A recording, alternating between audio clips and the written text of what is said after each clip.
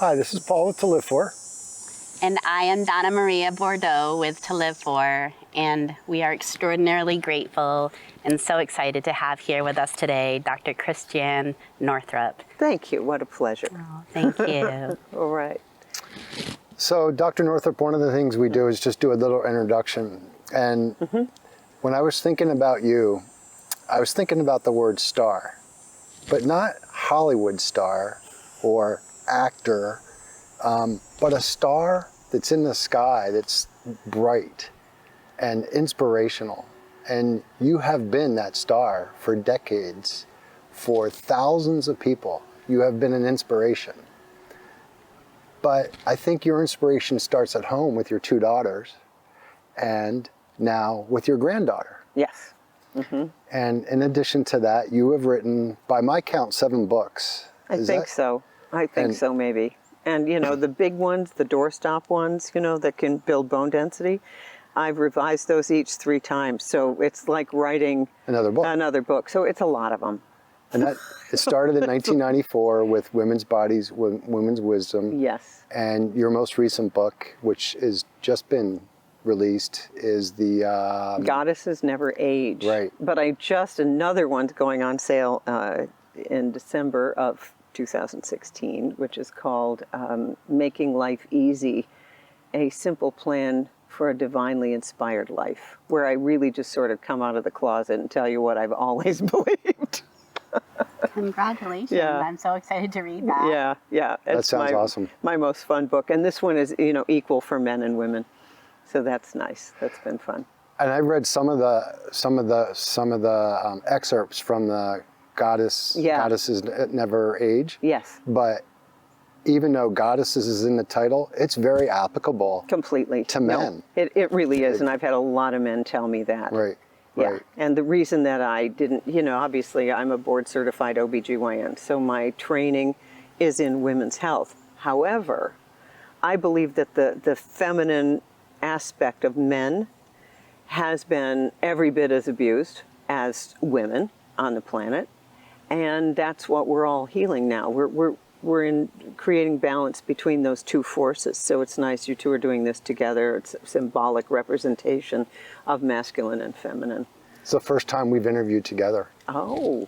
Very special. Yes. That's great.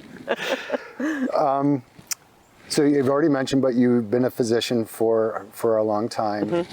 And we have in our car, we forgot to bring it, but we have newsletters that you wrote just about 20 years ago that a dear friend of ours gave us. Oh, that's fun. She excitedly awaited for those newsletters to arrive by mail.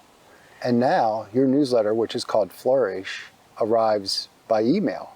I know. Or it's electronic. It's completely different now, completely. But my radio show is Flourish, and that's every Wednesday morning. Right. Yeah, 11 a.m. Eastern. And we're going to get into that word flourish Good. in a little bit.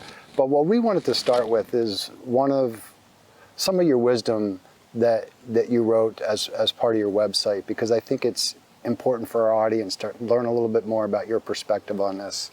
But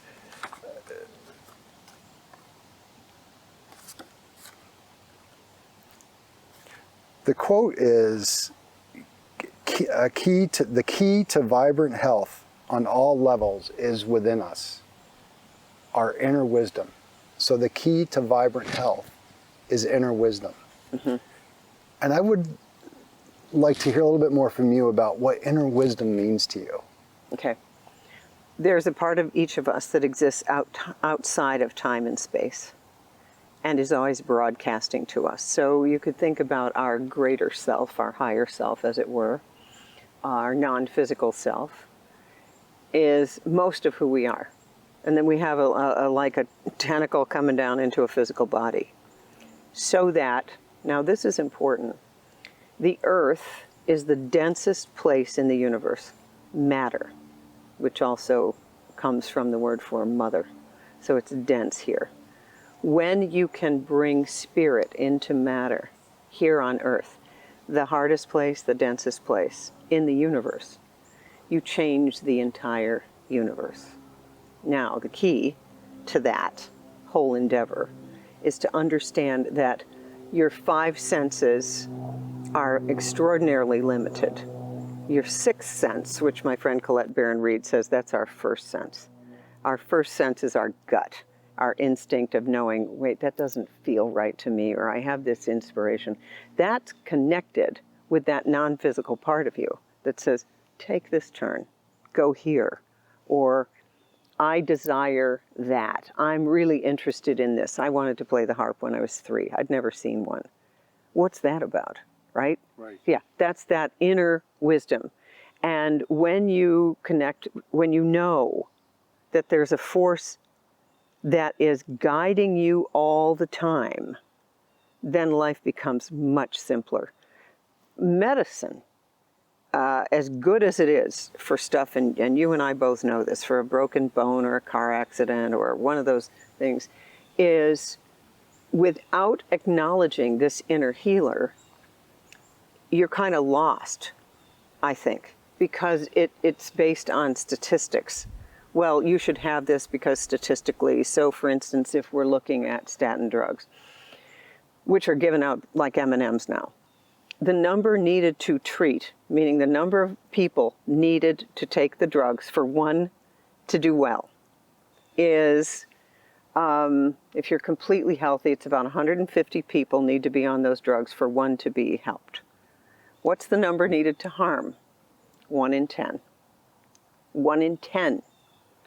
So what we do is we make people think that they're powerless, that everyone is equally vulnerable. I mean, let's look around the property. Do you think that I have a tick or two around here? Have I ever been afraid of Lyme disease? No, not even a little bit, not even once. Why? Because most people who have the Lyme germ, as it were, and I'm not saying it isn't real, it's real, but generally speaking, the immune system will take care of it, and the immune system is very redundant, and it's all over the body. It's in our mouth and our nose and the genital tract and the lungs. And medicine is driven by fear in general. I mean, what we call preventive medicine is nothing but disease screening and immunizations. Be afraid of this, be afraid of that, be afraid, you know, so now let's be afraid of Zika, and let's release genetically modified mosquitoes to go kill the other. How about we live in harmony with nature and, most importantly, understand this inner being, which is the source of our strength. So one of the people I work with a lot these days is Robert Ritchie. And Bob was a rocket scientist, engineer guy. I love those guys because they're very, you know, these are the facts, and they know how to build a bridge and get something to work. He learned 30 years ago about energy healing. He had a really good life, and he was literally saying to God, how can I be of service? He's holding his newspaper. In front of him, a pyramid appears and starts to spin. Now, Wow. Bob's just a regular guy. And he hears the voice, learn energy medicine. Then he sees Marcel Vogel on a TV show called One Step Beyond, or one of those shows from way back. And he realizes he needs to go and visit Marcel, who had 100 patents in crystal technology for IBM, like the plasma screens on TVs and all of that. And the two of them begin to do a lot of work together on energy medicine, which is really bringing in the divine aspect of ourselves and allowing it to run our lives. Amen. So divine aspect are some other words for inner wisdom? Or Yes. is it the inner Yeah. wisdom is allowing the divine aspect in? Or is it one and the same? I think they're the same. Okay. But it's the divine aspect, not as I am up here telling you what to do. No, it comes through you as you. God comes through you as you. Now, I think that gets all kinds of messed up in religion, right? Religion is anti-sin. Spirituality is pro-life. Right. Yeah. When, at what juncture in your life Yeah. did you grab onto that? When I was about 11, 12. Almost everybody that we've interviewed talks about their childhood being aware of this. Yeah. A lot of people we interview lose that, and then they find it back. Yes. because, okay, here's what I think happens. With girls, we grow up in what has been for 5,000 years a patriarchal culture, where that which is feminine is inferior to that which is masculine. Okay, so we, basically get it done. We are action over being. We like to give rather than receive. It's the power position. So that which is feminine gets denigrated. Well, intuition is feminine. You're receiving it. You don't know where it comes from. So in men and women both, but in women, what happens is we have the onset of menarche. And when we have menarche, you get your period. This part, second chakra, this opens up and this shuts down. So women lose their voice when they get their period. They don't need to, but we do in this culture. And that's why so many women have thyroid problems and all of that. But then at menopause, other side of menarche, the voice comes back. Only this time you've developed ego strength. You can run a business. You know how to write a check. If anyone's writing checks anymore, or you at least use PayPal, you've got skills. So I think in my own case, at about 12, I developed astigmatism, myopia, plantar fasciitis, and migraine headaches. I was a mess. And it was all because of that contrast between, wait, this is what I know. There are fairies in the lilac bushes. But that's not going to fly. Talking about the angels is not going to fly, so I better shut that down. But then, the brakes kind of screeched inside the body, and so I got the migraine headaches. And the eyes, that's all in the liver meridian in traditional Chinese medicine, and that's anger. That's anger. And I think the anger was, oh, shit, I'm going to be a girl. This is not going to be good. But then you come out. So it led to, a good career in women's health. Oh, let me figure this out. And I had menstrual cramps so bad, my mother would have to take me out of school. So I began to look at all that stuff and realize, wait a minute, of course this is happening to me. This is the culture that we're in. So why don't we take those things that have happened to us and make that the source of our strength? Because when you can get that vulnerable, okay, so the migraine headaches didn't just land on me out of the closet. Later on in life, the fibroid uterus didn't just land on me, or the breast abscess dissecting into my chest wall didn't just land on me. Those are all the language that the body uses to get your attention to say, hey, you've got this divine thing going on. Call on me. Call on me. I'm up here, but I'm trying so hard to fit in, to be accepted, to be... One day, Annie, my daughter Annie, she was 8, and she's playing on the floor. She goes, Mom, are you a doctor? I said, yes, honey, you know I'm a doctor. You've been in the hospital with me. And she goes, well, you're not what you'd expect. So you see, I was never what you'd expect, right? And so, but I was always trying to be what you'd expect. But I always knew this spiritual thing. Another time, I was, during my residency at St. Margaret's in Boston, there was a 22-weeker who ruptured her membranes, the cerclage. She had a little stitch in the cervix, and long and short of it, she went into labor and the baby died. But a 22-weeker is going to die anyway. We, at least back then, we didn't keep them alive. But my chief of my program said, oh, you should have been up all night smoking out problems, because that baby died because you were not on the floor at all times. And it's, it was like so impossible what he was asking of me. Even I knew that was ridiculous. Right. And I knew there was a higher wisdom going on with stillborns, with all the pain of everything that everyone had. There was a higher wisdom. There was an inner being, a inner wisdom trying to get their attention. So now at this point in my life, I'm healthier and happier than I ever was in all the years where women are supposed to be at their peak. That's like a big crock. It's like no, we're going to get through that. And let me just tell you, it just gets better and better and better because you have an understanding. I don't think that we're supposed to, I mean, I see kids now that are pretty spiritually in tune, and they're going to have an easier time of it because we're in a different time now. You're here. We're talking about this stuff. Very few people talked about this. You know, I'd have the little enclaves of people that you could talk with about it. But now, you know, I had a guy here the other day. We were having a little potluck for Team Northrup. And he was telling us an amazing story about when a family member died and he loved her and he wanted a sign. It's a regular Mainer, right? And he says, I asked for a sign, make sure she was okay. And he said, this deer came right over to me. Right over to me, laid down. The dog never did a thing. This is a dog who chases deer. Dog kept silent. And I knew she was okay. And then the deer walked away. Will you see him again?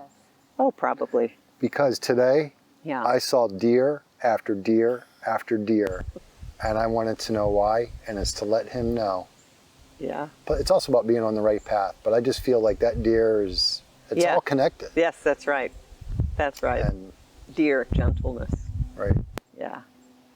Wow. So I'm seeing, well, here's what I found. Our resistance to this, our discomfort with this, our wanting someone else to start the conversation first is just ours. It's just ours. So now, where I am in my life, having sort of proved whatever it was I was trying to prove, I mean, did I ever fit in with my profession? No. God knows I tried. I tried. The younger doctors now are very in tune. I mean, when Right. I go to get my nails done, right? The woman who's checking me in, they had to read Women's Bodies, Women's Wisdom for a course she took at nursing school. I'm like ready to fall over. Like, really? I mean, because when I first wrote that book, I thought, you know, I would lose my license. Because it wasn't part of the creed. Things are better. We're waking up as a culture, but as the light gets light, the dark gets darker. But the Interesting. light's getting lighter. So I'm sticking with the light, and the light always wins. It always wins. So for anyone Beautiful. that's listening, Yeah. and they want to tap into that divine, that divinity, that inner wisdom, Right. how can you recommend they might do that? Oh, it's so simple. That's what's so great about it. It's just talking to us all the time. I want to give you an example because this was really kind of astounding when I was starting to realize, okay, you got to don't just read these pooky books like in your off time. Like, let's try to apply this. So the year was probably 1989, 88 maybe. And I was reading Florence Scovel Shinn, who wrote The Game of Life and How to Play It, which is what that book is about. And she lived in, 1920s. So I do one of her things, one of her affirmations, and I stood by my bed and I said, Infinite Spirit, show me a sign. Give me the next best use of my gifts and talents, like the one that needs to come now. That was 11 in the morning on a Friday. 2 in the afternoon, a literary agent calls me and says, I think it's time you wrote a book. It happens like that a lot. So you just say, okay, I don't know if anyone can hear me, but please show up. So what you do, my friend Tosha Silver wrote a fantastic book called Outrageous Openness, Letting the Divine Take the Lead. And it's full of stories where somebody will be driving along and the license plate in front of them is exactly what they need to hear. License plates are oracles, an animal, with your work with animals, and that the animal shows up in just the right way. So what you just have to ask. I think the main thing is just ask. Ask and it shall be given. Knock and the door will be opened unto you. And it comes just for you in the way that you can hear it. And do you think it's important to take that quiet time to hear, to listen and hear? Yes, but it doesn't need to be like, well, you know, I do a lot of work with Bob Ritchie's petitions with divine love. So let me show you how one would be. So keep a question in your head, okay, something that you're wanting to know about. And then I do this with my CEO of everything, Diane. We've worked together 36 years, and we do this every business day. Okay, so the body is a battery, and you sit like this with your hands up like this, feet on the floor, and then we close our eyes, and here's the petition. And I'll just see what your experience is, and everyone listening, your experience. Okay, so this is sort of the all-purpose petition. Okay. With our spirits and the angels' help, we focus divine love throughout our systems. We ask our spirits to identify every cause and every situation that separates us from the Creator, that would be the inner being, and we ask that now clear up those causes and situations with divine love according to the Creator's will. Now you take a breath in through your nose, hold it for a bit, and pulse it out through your nose. Okay. Now we're connected. And so do you feel anything? Most of the time people feel a little tingling in their hands, or there's very commonly, if I do this in an audience, there'll be someone who really starts to cough because this opens up the 5th chakra. I feel lighter. You feel like, right, so you're connected. Like I'm floating. Yeah, right. Usually you feel something. Then, okay, so now, as Bob says, now you're hooked up. You have plugged in. So now you can literally close your eyes or not close your eyes and ask the Creator a question, like, whatever the question might be. I want to know if I'm on the right track with my life, or I want to know if this decision was the right one.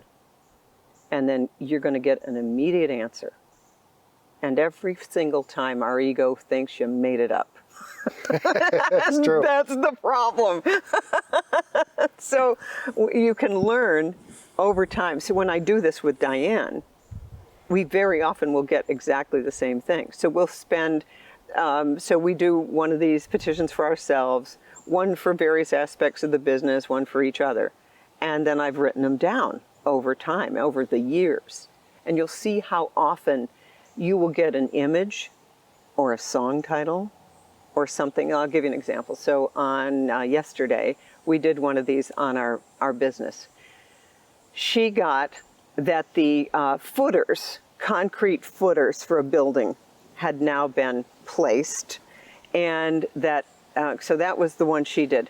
Then we did mine, and so the framing had gone up, but the roof was a pagoda, from a pagoda roof. And she goes, why did we have that pagoda roof? I said, because the product line that I have worked so hard to get out here is from Thailand, Diane. She goes, oh, that's why.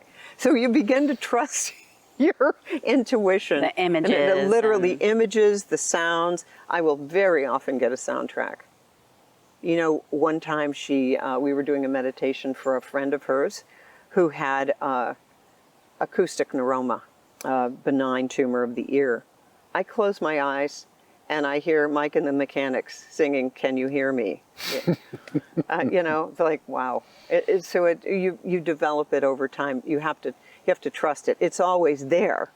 The trust is the key. So I will often use oracle decks, angel cards, tarot cards. I do a lot of business with tarot cards. Why? Because I learned what they mean to me symbolically. So if I have a decision to make, because the intellect always wants to be in control. That's why the earth is so interesting. It always wants to be in control. It never wants you to have faith because it wants to be in control. It wants a yes or no answer, and it wants absolute certainty. If I do this, if I have this operation, can you guarantee me that the cancer will never come back? If I marry this guy, can you guarantee me that we will live happily ever after? The ego wants certainty. Wrong planet. But what you do when you look at life when you look at it retrospectively, it all makes sense. Prospectively, it's a leap of faith. So I use tarot cards, and I have little pieces of paper with a yes, with a no, or 3 different choices, and then I'll put a card down on each choice. And very often, that will reflect what I already knew. See, that's the thing. So it's like it's controlled trial, unless my ego has something I want. Damn it, and that's how I want it. And then the cards will all turn into tricksters every time. Exactly. I get then I always get the suit of swords, which is the mind. And then I'll get the devil card, which is the alcoholic family system. And, then I go, okay, I got it. And then you go and you meditate or whatever. Now, you mentioned quieting your mind. I think it's extremely helpful to do that. We should all learn to do that. But I've known way too many people who meditate, 4, 5, 6 hours a day, and their life absolutely sucks. So that is not the answer. Right. Yeah, the answer is to get calm. Frankly, you know this, taking a deep breath through your nose and out through your nose, 3 of those, engages the parasympathetic rest and restore nervous system, begins to digest excess stress hormones, and then that sort of gets you sunk in where you need to go. It can be really simple, like 3 minutes. Right. Yeah, because you have to shut off the chatter. Yeah. So given your description of, was it menarche? Yeah, menarche, when you get your menstrual period, your first period, yeah. And the feminine, the women in particular, but the feminine side kind of being shut down, trampled by the masculine side. Mm-hmm, mm-hmm. You've stood up to that. You're using courage. Yeah. Where did that come from? Past lives, I swear to you. Past lives, it has to, because my North Node is in the 10th house in the suit of Aries. Aries is the warrior. Stand back, I'm guarding the cosmic order,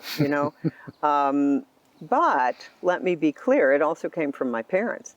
My mother and dad signed out my brother from the hospital against medical advice because I had a sister who died in infancy. They signed my brother out. A nurse came up to my mother in the middle of the night. She said, if I were you, I'd get him out of here. The doctors don't know what's going on. And he'd have died. He's now in his 50s, runs an international business. And the doctors told her he would be retarded, he wouldn't eat. We never got the diagnosis. We never knew why. And if they hadn't signed him out, tube fed him every hour on the hour, he weighed 10 pounds at a year old. Wow. So that was courage. That was incredible courage. And so then when I was interviewing at med school, my dad was hospitalized with chest pain. And again, called my mother, get me out of here. They don't know what's going on. He had fluid in his arm. IV had infiltrated. He had a fever. Mom goes and gets him. The nurses are furious. They wouldn't give him a wheelchair to wheel him out. I come home from Yale Medical School interview. Dad is in his chair, fluid 2/3 of the way up in his lung fields, reading The Godfather, and he just healed sitting up. He had fluid 2/3, he had infectious pericarditis. He never had a heart attack. They did misdiagnose it. So when I went to med school, and his brother and sister were medical doctors, so I already knew that the medical profession was not God and they weren't infallible in any way, shape, or form. Now, you can't even sign out against medical advice or your insurance won't pay for anything. So control, control, control, control. Wow. Yeah. So I had some real seminal experiences as a child with the doctors not having the answer and my parents trusting themselves. So that does take courage. Most people, I used to love it as an intern, right? When the nurses would call me, Joe is leaving, he's signing out against medical advice. I'm like, oh, goody. And I would go down and I would talk to whoever it was, right? And I'd say, what's going on? And they'd tell me what was going on. And it sucked. I'd say, I'd leave too if I were you. But let me try to fix it. Let's see if we can, but go ahead and leave if you want. And guess what? We will be here if you come back. We'll be here. See, what they do, it's punitive, right? If you don't get that mammogram and you don't get, people would come in to see me over the years. Oh God, I didn't come back for 3 years to have a pap smear. I'd go, congratulations. I was such a maverick. It's so nice not to have to try to fit into that anymore. That's a great word, maverick. I wanted people to trust themselves more than they trusted a lab value. I've watched people spin out over a lab value. I just had a good friend of mine. He's a master's swimmer, amazing athlete, right? He says, well, I finally went in to get a physical and I'm so shocked I have high cholesterol. I said, send me the numbers. He didn't have high cholesterol. He had a slightly high LDL, but the rest of it was perfect. I said, you probably never need this done again in your lifetime. You know, and like, you do not have high cholesterol. I mean, once you understand the business of medicine, I mean, they keep lowering the cholesterol number that you should have so you can sell more statins. I mean, this isn't like an individual doing this. It's kind of a system. Anyway. Wow. Yeah. A lot of fear. A lot of fear. It's based on fear. Yeah.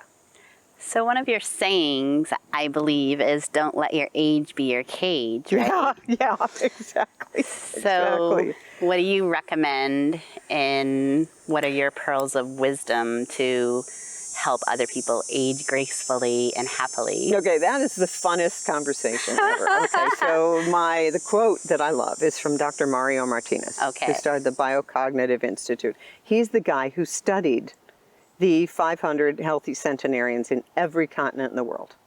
And he said they're all the same. They all practice the causes of health. Unbelievable, causes of health. But here's his quote. Getting older is inevitable. Aging is optional. So what is aging, see? Attitude. Aging is this idea that at a certain age, we begin to be decrepit. And it starts with cultural portals, which are more powerful than biology because they influence biology. What's a cultural portal? Age 30 for a woman. I'm turning 30. I haven't met the man of my dreams. Oh my God, my eggs are starting to get old. Now with that belief system, given that the cell membrane is the brain of the cell, what do you think starts to happen? A self-fulfilling prophecy. Right. As opposed to one of my very good friends whose story is told in the last bit of Women's Bodies, Women's Wisdom. Her mother had her when she was 44, in the 50s. Just never got pregnant. And then she got pregnant and had my friend when she was 44. So my friend never worried about it at all. Because to her, oh, okay, well, my mother had me when she was 44, so no hurry. She gets married. At 41, I remove the IUD and she's pregnant in 3 months. If she'd been a 30-year-old in New York City who was worried about freezing her eggs, that would never have happened because of the biology of what goes on from there. So that's one cultural portal. Another one that's huge for people is age 65, retirement age. That came from Otto von Bismarck in Germany in 1880. Okay, these poor people have worked for their entire lives. Let's give them some time off. Life expectancy at that time in 1880 for a 65-year-old German was 18 months. Now, our life expectancy for the average person is 24 years after the age of 65. But now we have, okay, I'm 65, I have to retire. I think the data in New York, the average New York City policeman who retires is dead in 3 years. Because if you're a cop, your worth, your whole deal is to protect and serve. And now you're put out to pasture. So we need to understand, one of the things that I tell in my PBS special, this really did happen. Mom and I go to get my ski boots adjusted. I had new bindings, new ski boots, and I had forgotten to adjust the bindings. So we go into the ski shop. It's up in Sunday River. And they say, how old are you? And I thought, what's that have to do with anything? The box that you check, right? Beginner, intermediate, advanced. That's all you need to know. I look at my mother and said, what's this about? She said, oh, they have to know your age to know how to adjust the bindings. It's like, what's that about? Well, so I tell the story, right? On the one time, this was in Georgia Public Television, I tell the story. And of course, this is very common in my life. Some dude is there who's listening to it in Georgia, who has worked for a ski binding company. And he rants, he sends me a letter. Don't you realize that this is based on algorithms, and the Germans did torque of bones and they found that after age 50 you're much more apt to break your ankle? And it's like, no, I understand that for a big old population, but not for me personally, you see. So what we do, we take population data, and you're a scientist, so you know, okay, so this is, let's say, bone density, and this is time here. It's all over the place. You can find 85-year-olds with the bones of a 25-year-old, and a 25-year-old who's been anorexic who has the bones of an 86-year-old. So therefore, taking the entire population and making guidelines works great if you're a veterinarian working with a herd. I don't think it's so great for individual humans. And what people do is they assume that's going to happen to me, because now that I am whatever the age, this is going to happen to me. Eyeglasses. Every year you go in and they expect your prescription is going to change. It's going to get worse. Your eyes are going to get worse because that's what happens. So why is it every time I go in, I was just in there yesterday, my eyes have stayed the same forever since my eyeballs warped at the age of 12 when I said I'm going to be a girl. See, so I just don't expect that they're going to get worse. And they don't. But most people just, oh, okay. Plus, you know, not only do we have an educational system that teaches you how to be a factory worker, like don't break the seal until told to do so, right? Or don't do this, don't do that. We have a medical system based on fear. So you got to have this by a certain age and that by a certain age, and you can't do this and you can't do that. And it's all control. It's all control. I mean, what would happen if people actually stepped out of that? What would happen is, and this is the work of Ellen Langer of Harvard, she found that all the parameters we associate with aging are reversible, depending on one's thoughts and environment. Generally, you have to have, though, a subculture of wellness. You have to have, you can't, none of us is an island. You need other people to co-author your biology, which is why your website is a good idea, because someone goes, oh, to live for. Oh, what a concept. You know, instead of what you normally see after about the age of 40, you get together in a group and everyone's doing the organ recital. Well, at this age, my liver's going and my kidneys and my doctor said, and it's like, oh my God, could we have a more boring conversation? But people really believe this. When I first started to dance tango, you know, it kind of hurt the low back. Now, what I could have done if I were normal, I would have said, oh, you know, it's probably my age. I've got some arthritis down there. Instead, I said, not ever in my life have I done this counterbalancing body movement. So let's let the fascia remold itself so it can do this. And now it can do it. I don't have any pain at all. So I never told myself the story, you see. I told myself another story. And the other story is this, that this body, it gets better and better and better. But I know a lot of stuff I don't want to do, never did want to do. But, you know, really got it. Okay, this works, this works. That's the beauty of getting older. You get better and better and deeper at certain things, but you're not trying to do everything. Yeah. Perfect. Yeah. When did the seed start to grow for the Goddesses Never Age book? Yeah. That was sometime after my divorce, and I was very eager to remarry, to find someone to marry. And like all women, I was afraid, oh God, you know, so now I'm 50 and all the men want someone who's 20 years younger. And, you know, that's the cultural Kool-Aid, right? So I'm having a session with Doris E. Cohen, who I've done dream work with for 11 years. And Doris says to me, but my dear, goddesses never age. Boom. And then I began to see all the research, and I noticed my own life was blossoming in ways that I couldn't ever have imagined, because my soul's journey was that I needed to make this sacred inner marriage of the masculine and feminine within me.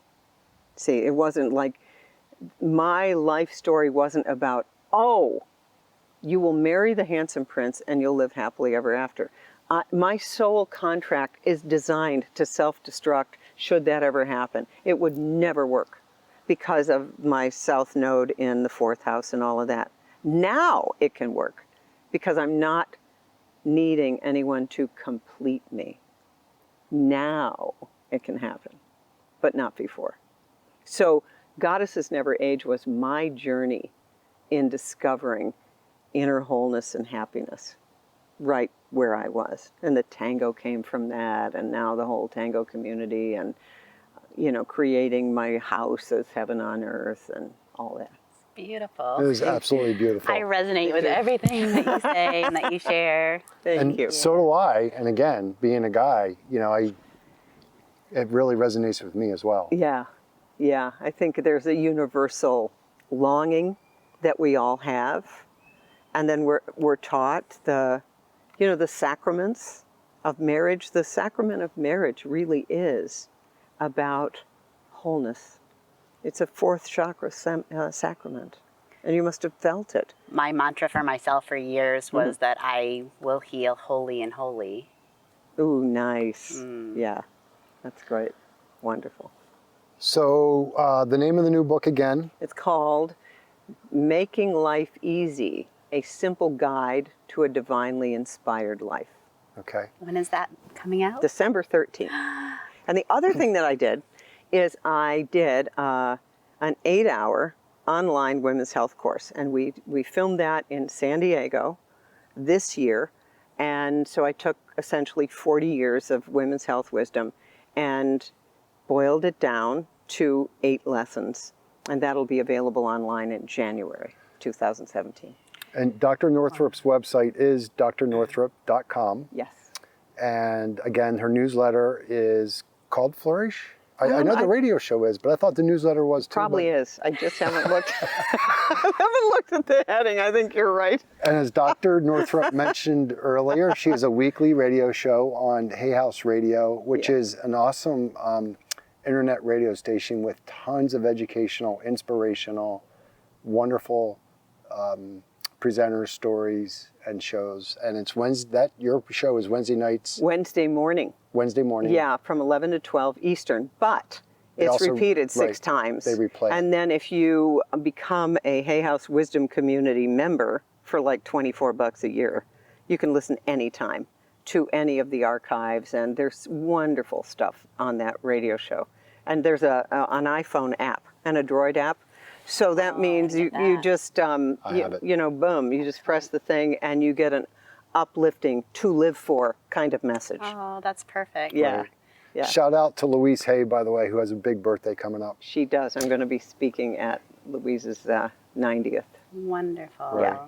And you are a gift to humanity. Thank you. Thank you. Thank you. So much. I want to sneak in, you got a couple conferences too. The ones in Philadelphia, Yes. but I just saw you've got one in Florida? Yes. Tampa? Fort Lauderdale. Fort Lauderdale. Fort Lauderdale. And all of that information is on the website. There's an events section, drnorthrup.com. Just go to events and you can sign up for any of those. And the Louise Hay thing, I think it's the weekend of October 5th, 6th, 7th in there, is in San Diego, Louise's home, and I'll be going out there. That's also open to the public. It's a whole one-day celebration of Louise. Right. Yeah. That's wonderful. Yeah, it's really good.